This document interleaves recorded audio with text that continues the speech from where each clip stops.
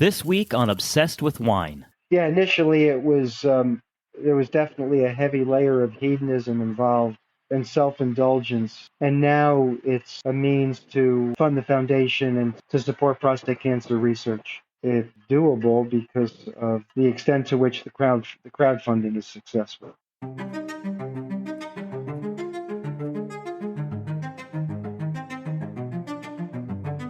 Hello, wine enthusiasts. My name is Wesley Cable, and I want to welcome you to another brand new episode of Obsessed with Wine podcast. You may not have heard of Dr. Robert Hollander or his winery, Two Red Wines, but in this episode I'm going to introduce you to Robert, who has one of the most inspiring wine stories I have ever heard. Robert Hollander, a medical doctor and teacher, always had a passion for wine. In 2007, he established Two Red Winery and set out to make two red wines. A Zinfandel he calls Zinpiphany, and a red blend made with Syrah he calls Number 2 Red. Since he started making wine, Robert Hollander has been winning awards for his wines at major international wine competitions in San Francisco and New York City.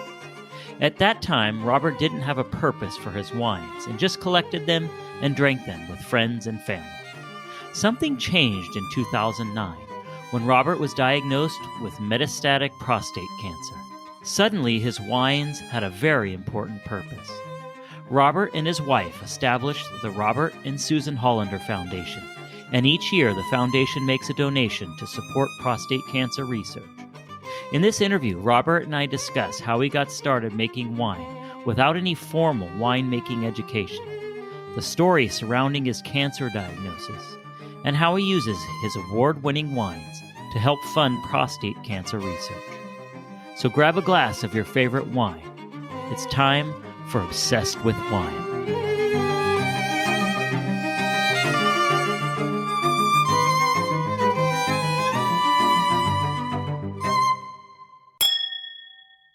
Well, welcome to another episode of the Obsessed with Wine podcast. I'm really excited tonight to talk to Dr. Robert Hollander.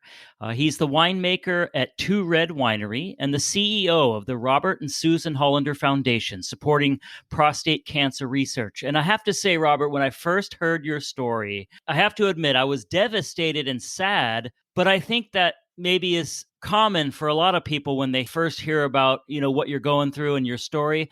But then the more I read about your cause and what you're doing, for prostate cancer research, I actually got inspired, and I actually really look forward to helping you, get this message out and sharing it with the listeners. So I really appreciate you joining me today. Well, thanks, Wesley. Thanks for having me here. It means a lot. It's important for me to have as many, ears and eyes on what I do in the campaign, because that's what makes it successful. So the work that I try and do succeeds because people are interested and it resonates with them. So thanks for having me here. You're welcome. So what I want to start with is just a little bit about you before you started making wine. So you're a medical doctor, and I heard you say you're a chemistry major in one of your other interviews. So what did you practice, and are you still practicing? Yeah, practice is a funny word when it comes to being a doctor. So I'm trained in internal medicine, pulmonary critical care. I've been involved in medical education for most of my career. First 2/3 was mostly as a pulmonary critical care physician. The last 17, 18 years here in Gainesville was with the VA Medical Center in Gainesville. And here at Gainesville at the VA, I supervised an internal medicine ward team at the VA, and it was a great gig. The VA is a great place to be a physician. The team mantra was doing what's necessary to meet the needs of the patient. So you're in Florida now, and you've always been there. I trained in the North College in Pennsylvania, medical school in New Jersey. I relocated to Los Angeles, Santa Monica in '81 for my residency and specialty training, and spent the first third of my career in the UCLA system. The middle third in South Florida at the West Palm Beach VA, and then the last third was here in Gainesville. Well, I want to ask you then, so you say in a lot of the material that you're a longtime wine enthusiast. So where did your passion for wine come from? And, was making your own wine something you always wanted to do? So in medical school, when I was in New Jersey, I spent my last 3 years of medical school working part-time as a waiter bartender at a kind of fancy restaurant banquet facility. I got exposed to food and wine, and it made me realize that there was more to food than the subsistence level of cooking that I was practicing, and that there was more to cheese than Velveeta. There was something going on with wine that I was just barely exposed to. And then when I landed in Santa Monica in the UCLA system and started my residency, two of my co-interns also had a interest in wine, and we started a little wine tasting group as something fun to do, as a distraction, as something social. So 81, 82, little wine tasting group.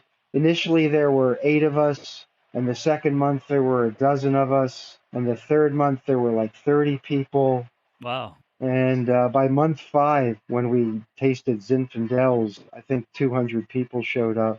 But anyway, that was how it started. It just started casually with a couple friends. I started cooking. I became interested in the pairing of food and wine. When I was a second-year resident, a young physician who had been my intern a couple months before invited my wife and I over for dinner with him and his wife. This meal was 40 years ago, but I can tell you exactly what we had. Well, I brought a bottle of Chardonnay, which went with the lobster bisque that he prepared, and that was followed by a leg of lamb, for which he poured a 76 Stag's Leap Petite Syrah, and he finished it with a fried brie course, for which he poured a 75 Heights Martha's Vineyard Cabernet.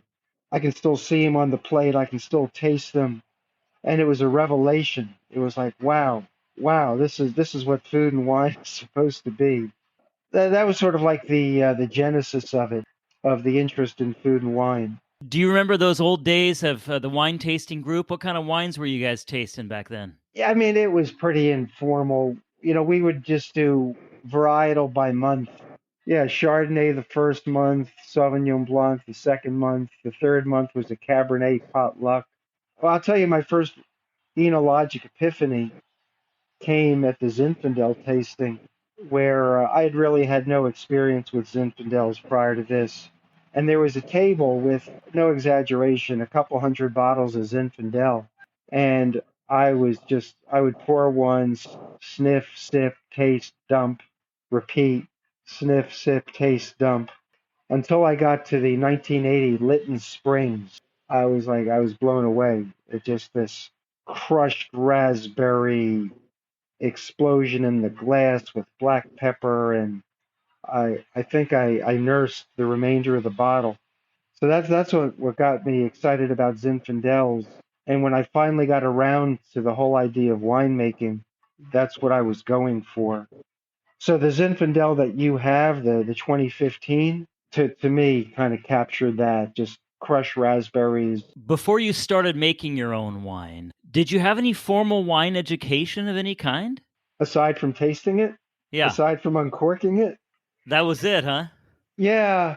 So what happened, this venture opened up in Napa to allow you to do small volume wine production, sourcing the grapes, using their facilities. And so that was the gateway. I mean, you can rationalize anything, I suppose. The cost of it. It was like, all right, I can make a barrel for this much. The bottle cost is about this. Yeah, that makes sense. Okay. When it came time, to do the barrel, to produce the barrel, I was presented with the wine plan options. There were like 30 questions that I had to address dealing with the nuts and bolts of winemaking. Am I going to destem or ferment whole clusters? Am I going to inoculate with a specific strain of yeast, or am I going to use naturally occurring? Cap management. When you ferment, all the pulp and the skins, they kind of rise to the top and forms a cap. And what are you going to do with the cap? Are you going to let it float? You're going to punch it down? You're going to keep it submerged? So there were like 30 questions addressing the specifics of winemaking. And what I did was, for my Zinfandel, I emailed Ridge and Turley, or Ridge being the largest fraction of my collection. But I emailed them and I said, hey, I'm making a barrel of wine. You guys have been my idols for years. Can I ask one of your winemakers a few questions? And they said, sure. And they Wow. forwarded my email to their winemakers, and both winemakers from Ridge and Turley very patiently helped me with my 30 questions. So that's what guided me with the Zinfandel. And for the Syrah, so what I really wanted to do with the Syrah wasn't necessarily a Syrah per se, but more of a GSM Mm-hmm. or something emulating a Southern Rhone, specifically Chateau de Beaucastel. So I emailed Chateau de Beaucastel and Chateau Neuf de Pape with the same question, and they forwarded the email to one of their assistant cellar masters, Fabrice Langlois, and Fabrice very patiently went through all my questions with me. Wow. So there's a funny epilogue to that. So 2 years later, when the wine is going into the bottle and I'm designing my wine label, I was writing the pithy prose that was going to go on the label, and I wanted to say something about how I was inspired by Beaucastel. And then I thought, maybe I should ask them if they're going to be offended or if they'd mind if I mention them on my label. So I emailed, and they said, yeah, please don't do that. We'd be happy if you just as soon forgot that we ever communicated with you. And I was like, all right, Wow. sure, be like that. So the epilogue to that is last year, traveling through Provence and through Chateauneuf de Pape, I finally got myself a tour at Beaucastel. And who should meet me at the door but the woman who sent me the email that said, yeah, you can forget about it. Wow. So I had a chance to meet her in person. I didn't tell her about the emails. I said, hey, you and I have interacted before. Okay, so you started making wine then in 2007. That was the first time you started, is that right? Yeah, I did that was my first Zinpiphany and my first Syrah blend, which I actually called Chateau de Bob's Castle, sort of a play on Chateau Neuf de Pape and Chateau de Beaucastel. I quickly decided that was too awkward and settled on just number 2 red, #2red. But yeah, 2007. What was the plan originally, though? So when you first started making this wine, what was in 2007? What was the original plan for these wines, if there even was a plan? The answer to that is it was somewhere between none and half baked. No, I really didn't have a plan. It was a self-indulgent thing, to pursue a hobby. And the problem with that is, you make a barrel of wine, suddenly you have 25 cases, 300 bottles. And even though we drink wine 7 days a week, it's still a lot of wine. So after a year or two, I looked into trying to find a way to market. Must be a lot of work to do that, right? I mean, just to take your own wine that you've made and turn it into something and sell it and all that. I mean, it's got to be an incredible amount of work and a lot of things probably that people don't realize you got to go through to do that. Yeah, it's regulated in every state. And on top of that, I had a day job. I mean, I was working, 60 hours a week doing the doctor thing. Yeah, the marketing didn't go well. So you are living in Florida, but you're making the wine in California. So how do you do that? So I would go out for some things, and some things would happen in my absence. And when it came to the blending, I would either do that in Napa or I would do it in my kitchen. I would have the base wine, 3 or 4 potential blenders, graduated cylinder, pipette. I reached a point where I felt comfortable enough in my abilities, sniffing, tasting, swirling, and all, to do it without going to Napa. So let's talk about the wine specifically. So you've got two wines, like you mentioned. You got a Zinpiphany, is what you call it, which is a Zinfandel, and then a #2 red. So why two wines? I mean, maybe it makes sense because it's just you, but is that why there's only two wines? As opposed to more, Yeah. these are the two things that I like to drink the most. I like Zin and I like GSM Rhone style wines. I cook. I do all the cooking. I like Italian cuisine. I make pasta from scratch every night, or I'll make a kilogram of pizza dough every week. And these are the wines that it just makes for a great meal. Last night we had the 2011 Zinpiphany. I did a from scratch angel hair pasta with a red sauce from tomatoes that I chopped on the board. Tonight I'll probably open a number two red and make a pasta with the blue cheese sauce. So that's why those two. It's because those are the things that we have for dinner Monday through Friday. You've won a lot of awards for the wines that you've made, and numerous awards from really big wine competitions like San Francisco Chronicle, New York, etc. So, does that surprise you, or is it you always knew that you had a knack for it and you could make good wine? I don't know how to answer that. Um, Good grapes, good wine plan, and I've blended successfully. So you're not surprised, or you don't get surprised like, wow, this is wine that I'm making and people like it and it's winning awards. I mean, that's got to be pretty cool.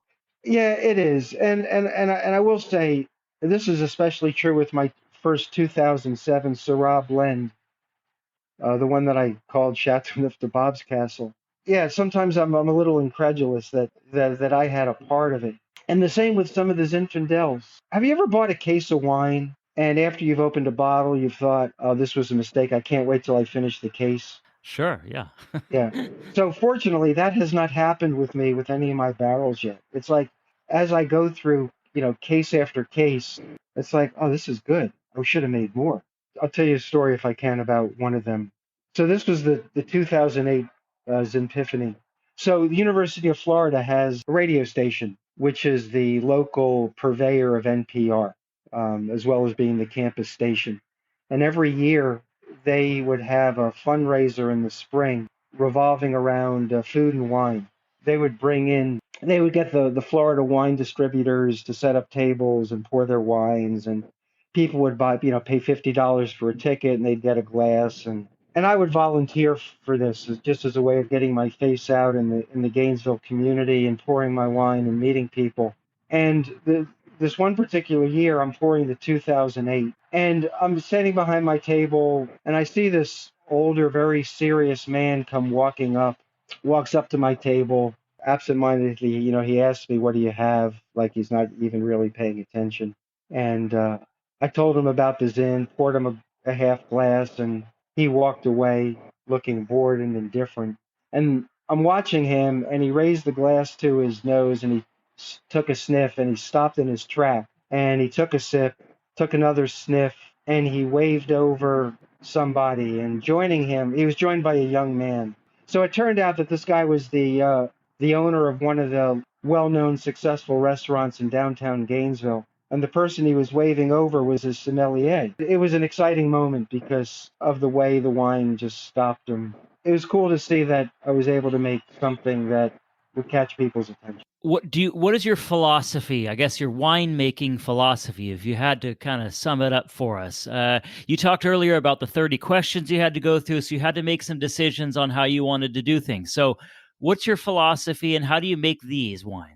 So the answers to those 30 questions were compiled based upon the responses I got from Ridge, Turley, and Beaucastel, trying to emulate a certain style, as opposed to wines that are subtle and nuanced and elegant.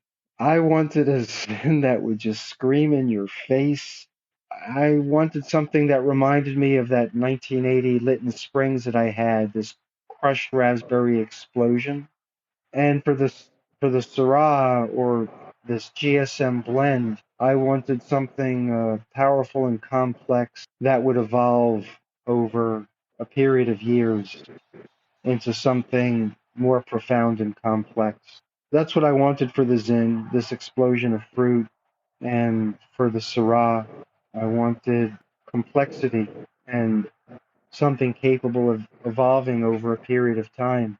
We've had a couple bottles of the 2012 over the past week, the 2012 number two red. 10 years on, this particular wine is just starting to enter this phase of early maturity and probably has another 10 to 20 years in front of it. One more about this wine. You have any of that Lytton Springs, that old 70 something Lytton 1980. Springs? Do you have any of that? 80. Do you have any of that No, around? no.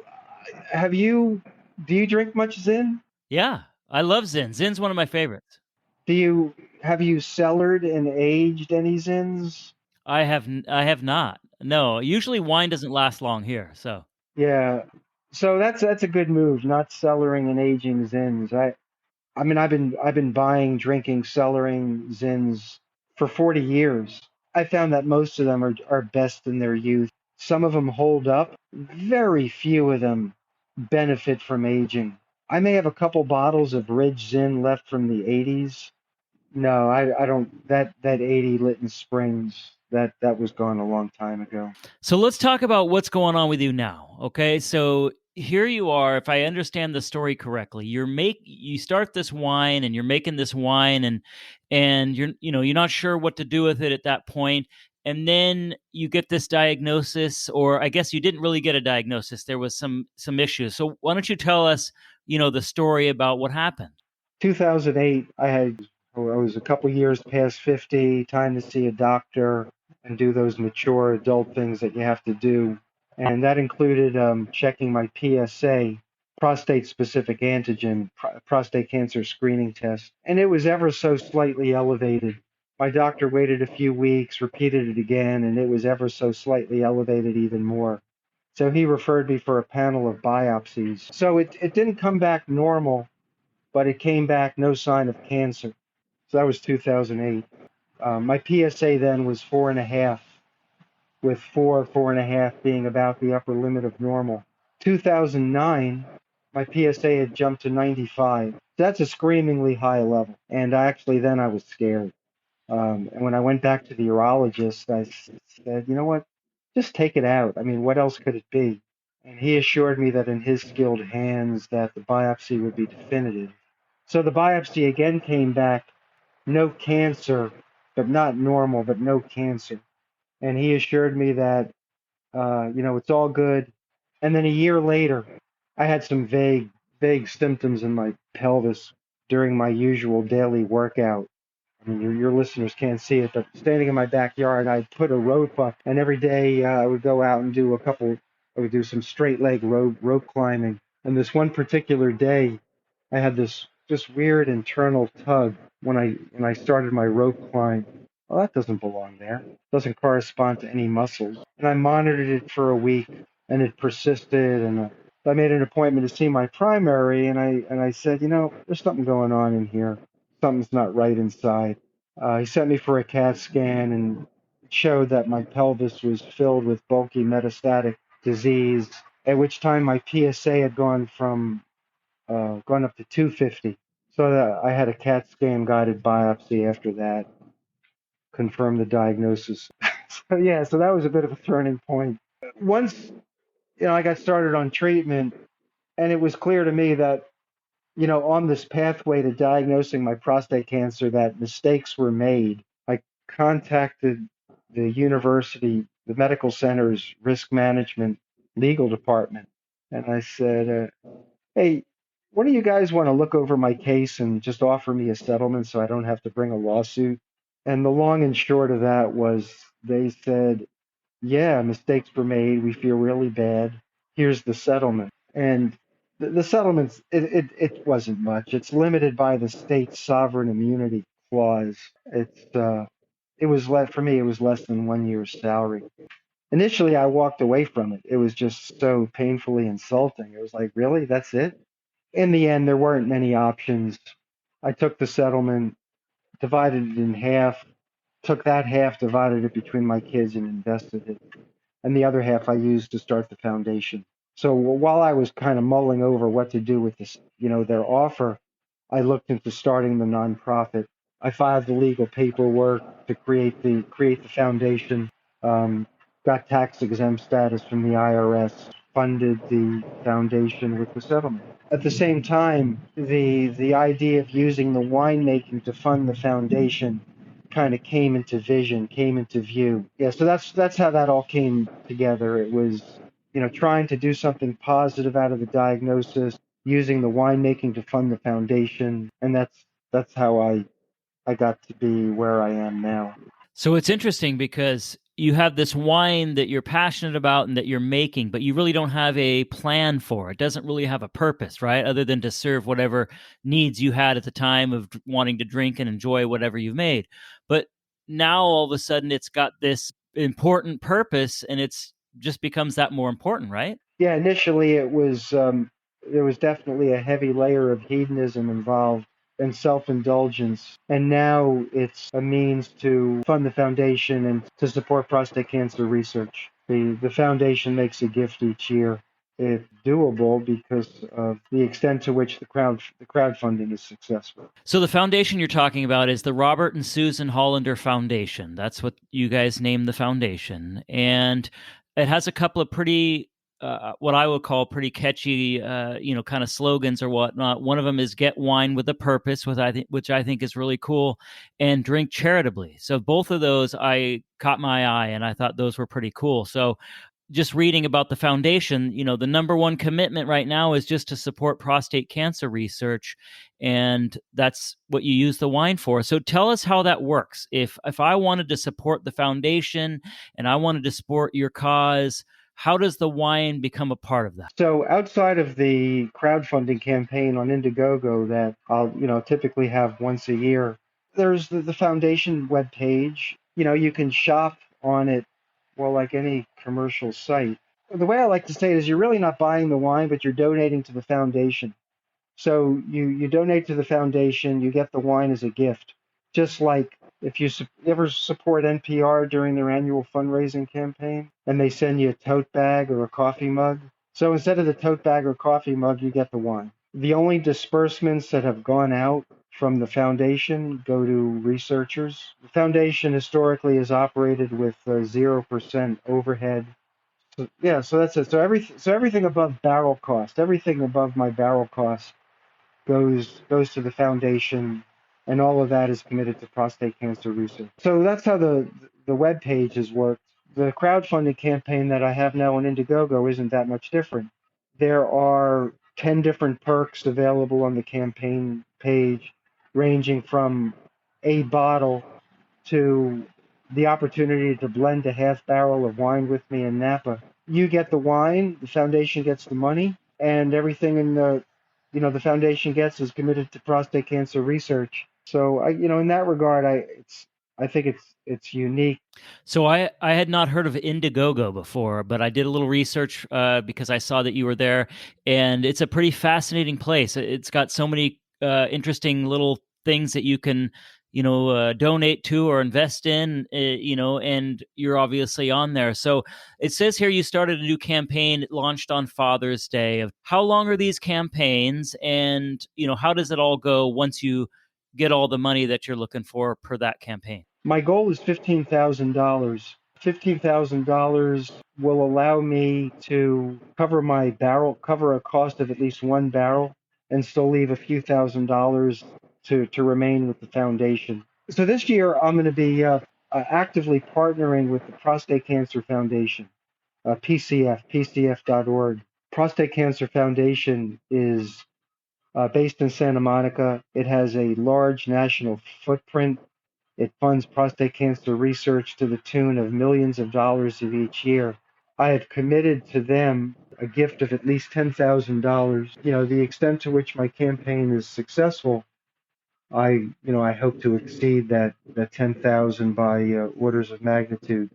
One of the things that's different about this crowdfunding campaign, as opposed to many other crowdfunding campaigns, is that the item that the people will receive as a gift, it already exists. It's in my wine library. It's in the warehouse. It's in the refrigerated warehouse. It's there. So it's not as if I have to worry about developing new tech or supply lines or hiccups in production. People who, if they go to the web page, they'll see there are 10 different perks. They can pick one that's suitable to their taste and budget. Indiegogo passes the money directly to the foundation. I send everybody a little thank you note, and then I ship in the fall. So I went on there, and so for those who haven't, and checked it out before, I went onto the page on Indiegogo for the campaign, and I looked at the perks. So there's a handful of perks there, and you're right. There's varying levels of, if you just want to buy one bottle, you can do that, or if you want to buy, that experience. You were talking about blending some wine with you and Napa. All of those are on there. So all you have to do basically is just pick one of those perks that fits whatever your budget is or whatever you want to contribute. And, your money goes to the foundation. And then in the fall, you end up getting whatever wine it is that you ordered. So I think it's a pretty cool thing. And I can imagine it being pretty popular for people. Is it becoming more popular as far as people donating and just being a part of it? So I have a modest number of repeat visitors, people who have backed the campaign. They come back again, and that's great to see. To see people show enthusiasm, and it's the rare person whose life hasn't been touched in some fashion by prostate cancer. Yeah, so I get a lot of repeat business, but I certainly wouldn't mind expanding to a greater audience. So I want to find out from you is every year since you've, I guess I was looking at the website, at least since 2013 is documented there. Every year there's been a donation to somebody in research for prostate cancer. So how do you decide who that money is going to go to? Yeah, so 2013, well, that would represent the first year that the foundation was up and running. Any nonprofit foundation that's registered with the IRS as a 501c3 is obligated to give away at least 5% of their assets a year. So what I do is I look for investigators who are involved in cutting edge prostate cancer research, usually revolving around the genomics of prostate cancer, the genomics and the therapy. All cancer starts with a mutation. And the question is, what are these mutations? Why does this mutation drive the cancer? And is there some therapy that can be developed to specifically target this mutation in order to neutralize it, end it, destroy the cancer cell? There was a article published in the New England Journal of Medicine 2 weeks ago, and its results were so striking that it was widely covered in the lay press. But it looked at a immunologic therapy for these dozen patients, 12 patients with an advanced rectal cancer, and this therapy is something that worked through the body's immune system, targeting a specific mutation in the rectal cancer. And these 12 patients, 12 of 12 had a complete response. All 12 of them went into a complete remission with no residual signs of detectable cancer. And that's remarkable for a treatment that's not chemotherapy to have that sort of complete response. I think that's going to be the answer in the future to every cancer, to find the keys to unlocking the immune system so the body's own defenses can identify the cancer as saying, hey, wait, this isn't part of my body. I must eliminate it. It's why transplants are so difficult, because when you transplant an organ, the body says, hey, this kidney, this isn't us. We must destroy it. And the question is, why doesn't the body do that with cancer? To say, hey, this cancer, this isn't us. This isn't of my body. We must eliminate it. But the cancer has a ways of eluding the immune system. I look for investigators that are doing this sort of work. I've done it by reviewing the published literature to see who's publishing what. And the other thing I've done is to look to the people who have received gifts from the foundation in the past to say, hey, who do you know that I should know that's doing leading edge research?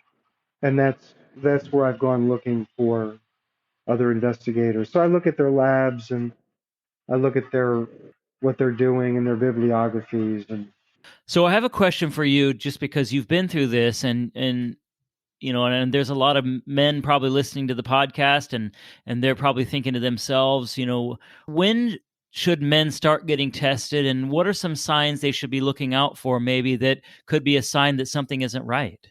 yeah, well, the problem with most cancers, and prostate cancer is no exception, is that if you're having symptoms, it may be too late, or it's later than you want it to be.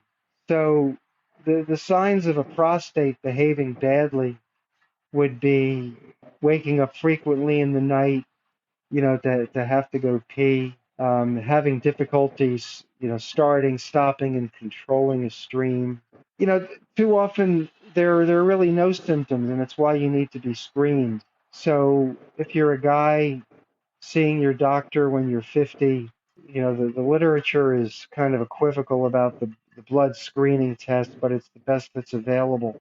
The problem with the screening test, PSA or the PSMA, the prostate specific membrane antigen, the problem is the cutoff is imperfect. It's not like a pregnancy test where it's either, it's not like a bite, 1 or 0, on or off, yes or no, pregnant, non-pregnant. There's a range. You can have a PSA that's elevated, yet there be no cancer, or you can have a PSA that's low and cancer can be present. So I would say any guy over 50 should, see their primary, get screened, especially if, you've got a family history. After I was diagnosed, my brother saw his primary. He had a trivial elevation of his PSA, and he ended up having his prostate removed. So for my brother, having a close family member, ended up helping him. So I guess that's probably the best thing that came out of this whole experience is my brother got diagnosed early and was successfully treated. So for other men, see your primary, get screened. I have to ask you because I'm curious to see, and I think it's important, is how are you doing right now? I mean, you're the one who's, and I'm sure there's help, but you're the one who's doing the foundation and you're making the wine and you're doing all this stuff. So how are you personally doing? And, how's everything going for you? Somebody asked me that today. How are you doing? And I said, many things are excellent. Yeah. So in terms of the cancer, I haven't had detectable disease for a while. So I was diagnosed with it at what is regarded as an incurable stage. Yet after finishing 3 years of hormonal treatment and 8 weeks of radiation, I've been off therapy now for 10 years with no visible signs of disease. So I don't allow myself to be optimistic. I don't know. Maybe I'll be lucky. I get my PSA checked every 3 4 months. I call it laboratory roulette. It's a very anxiety-provoking time when I go to get it checked. But if it was going to come back, it should have come back by now. Otherwise, I'm in good health. I'm gonna go out and bike for like an hour, hour and a half. I do weights and calisthenics, and if you didn't know, you'd think I was in great shape. Um, I'm within a few pounds of my high school wrestling weight. Wow, that's impressive. Yeah, I turned 67 not that long ago. One of my survival techniques, or one of the mental exercises I play, is relativism. Things can be worse. You don't have to look too far to realize no matter how difficult you may have things can be worse. So that's my usual mantra. Baseball great Yogi Berra, New York Yankees catcher, he had observed that 90% of the game was half mental. That's my philosophy. I want to thank you, Bob, for joining me on the show and telling us your story. Like I said, I love wine and I buy a lot of wine, and I really enjoyed your wine. You do an awesome job, so thank you very much for doing that. And then getting on the show and sharing your story has been awesome. I think there's got a lot of people out there that are going to be inspired like I am about your story and what you're doing, and and want to get involved and all that stuff. So I will make sure that in the show notes I will make sure to put the link in there for your foundation and your crowdfunding, so that just let as many people as I can know about what's going on with you. And the bonus for doing all this is we get these great wines that you make, and continue what you're doing, because you're doing a great job, and you're making a difference for a lot of people. So thank you very much. Thanks for having me, Wesley. It meant a lot. I appreciate it.